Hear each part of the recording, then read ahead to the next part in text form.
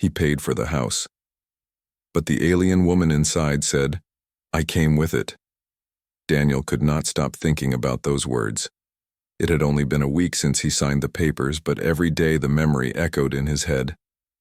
The house was supposed to be his escape, his fresh start. He had grown tired of the city, tired of broken promises, of people drifting away, of friends moving on without him. He thought a quiet countryside home would give him peace. But instead, it gave him a mystery, a reminder that even here, someone could feel far away. Lyra was always there, not close, not gone, just there. She sat by the window most nights, staring at the moon, glowing faintly in the dark. She spoke little, her voice calm and soft, as if each word was weighed carefully. Daniel wanted to know her, to break the silence, to feel less alone. But every time he tried, she pulled back, as if there was a distance between them. No human effort could cross. The days passed in silence. Daniel worked on fixing the roof, trimming the wild garden, sweeping dust from the halls. He listened to music sometimes, letting the sound fill the house, but Lyra never reacted. Still, he noticed things. When he left tools outside, he found them neatly stacked by the door. When the fire went low at night, it seemed to spark again, as if someone touched it. She cared, but from afar. It reminded him of old friendships he had lost. People he once laughed with who had moved away, who lived in cities or countries he would never see. They still cared, he knew, but their voices had faded into distance. He felt that same ache now, wanting connection but unsure how to reach it. One evening he tried again. "Do you miss your people?" he asked. Lyra looked at him for a long time. Her eyes, glowing faint violet, seemed heavy with something unsaid. "Yes," she whispered, "but I cannot return." Daniel nodded slowly. He understood more than she knew. When his closest friend moved overseas years ago, he had felt the same emptiness. The phone calls had grown fewer, the messages shorter. One day, silence. He never knew how to cross that distance. Lyra's distance was greater still, across stars, across time. But her sadness was the same as his. Days turned colder, autumn leaves fell across the yard, and the nights grew longer. Daniel often sat by the fire, staring into the flames. Sometimes Lyra would sit on the other side of the room, watching quietly. They did not speak much, but a strange comfort grew in the silence. Two lonely souls, sharing the same roof. And yet the ache remained. Daniel wanted to tell her she wasn't alone, that she didn't need to stay distant. But he didn't know how. Humans were stubborn, always reaching for what seemed out of reach, always trying even when failure seemed certain. Maybe that was his answer. He could not force Lyra to come closer, but he could keep showing up. He could keep trying, keep proving he wouldn't walk away. That was hope, the simple, stubborn kind that made humans unique. One night, as the wind rattled the old windows, Daniel placed a cup of warm tea on the table near her. "I don't know how to make this easy," he said quietly. "But I'd like you to feel at home. This isn't just my house. It's yours too." For a moment she hesitated. Then, slowly, she touched the cup, her fingers brushing the steam. Her eyes softened, and for the first time, a faint smile touched her lips. Daniel felt something shift inside him. Not an ending, not yet, but the beginning of a bridge across the distance. He paid for the house. But the alien woman inside said, "I came with it." And maybe, just maybe, that meant neither of them had to be alone. The first time Daniel saw her smile, it stayed in his mind for days. It was small, faint and gone in seconds, but it was real. And after so many nights of silence, that tiny smile felt like sunlight breaking through clouds. Still, Lyra kept her distance. She moved like a shadow in the house. Sometimes she was near, sitting in the living room or by the window. Other times, she vanished into the hall, so quiet that Daniel wondered if she was even real. He wanted to ask her questions about her people, about why she was bound to this place, about how she ended up alone. But every time he opened his mouth, the words felt heavy, as if speaking them would push her farther away. So he stayed quiet. And the distance remained. Daniel thought often about his old friends. In school, he had been close to a boy named Aaron. They spent years together, laughing, planning trips, staying up too late. But then Aaron's family moved to another city. At first they called, sent messages, promised they would visit. But the calls grew fewer, the messages shorter. Then silence.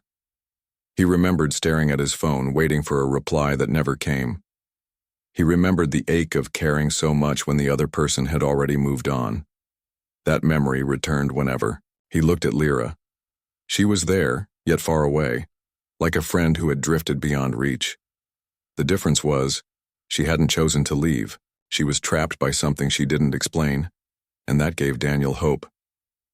He began to change small things in the house, not for himself, but for her.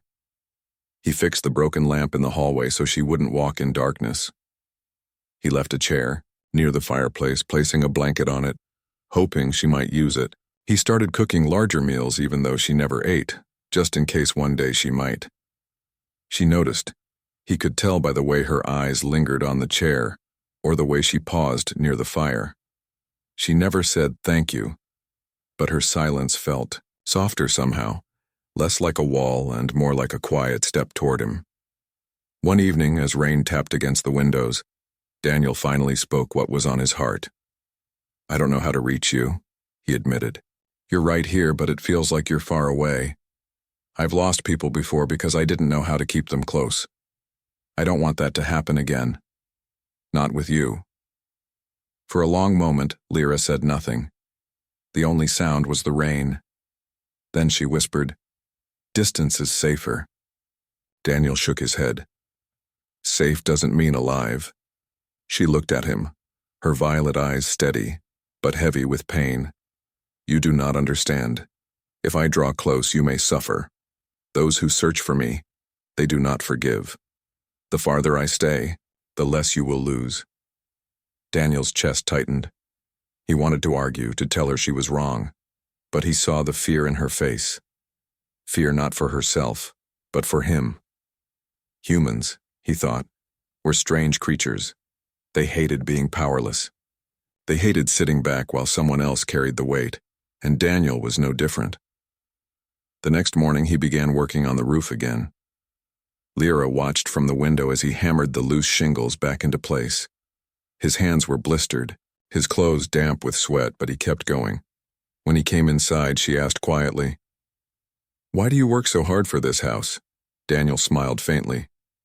"Because it's mine, and because you came with it."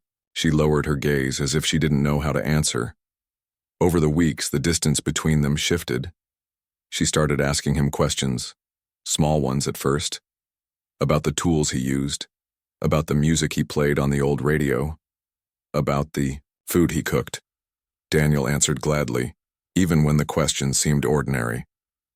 He told her about the taste of coffee, the way autumn smelled, the sound of leaves crunching underfoot. In return, she shared fragments of her world. How her people traveled through the stars, how their homes were living vessels like the house itself, how they never truly abandoned one another, but sometimes were forced apart by war or fear. Each word was a bridge, building slowly between them. Still, the sadness lingered. Daniel often lay awake at night, staring at the ceiling, thinking of the distance he couldn't close. He wanted to sit beside her, to hear her laugh, to feel less like strangers, but fear held her back, and he didn't know the key to unlock it. One night, as he stared into the fire, Lyra spoke softly. "You remind me of someone," she said. Daniel looked up. "Who?" "A friend I lost long ago. He always reached for me even when I pushed him away. He believed distance could be crossed. But I left and he could not follow." Daniel's throat tightened. "Did you ever see him again?" She shook her head. "No." He wanted to say he was sorry, but the words felt weak. Instead, he said, "Maybe this time it can be different." Lyra looked at him, her expression unreadable. Then she turned back to the fire. Humans had no magic, no glowing eyes, no starborn power. But they had something stubborn and simple. They reached across distances even when it hurt. They wrote letters no one answered. They waited by phones that never rang. They kept trying, even when failure was certain. Daniel knew he couldn't force Lyra to open up.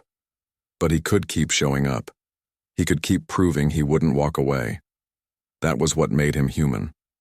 And that was his hope. Days grew shorter as winter approached. The trees outside stood bare and frost touched the windows each morning. Daniel chopped wood, stacked it by the fire, and kept the house warm. One evening, as he set another log on the flames, Lyra spoke again. "You are different from others," she said. "Different how? You do not give up. Even when the distance remains, you keep trying to cross it." Daniel gave a small smile. "That's what humans do. We try. Sometimes we fail, but we try anyway." For the first time, Lyra stepped closer. Not much, just a single step. But it was enough to make Daniel's heart race. He paid for the house. But the alien woman inside said, "I came with it." And though the distance between them was still wide, hope now lived in that space.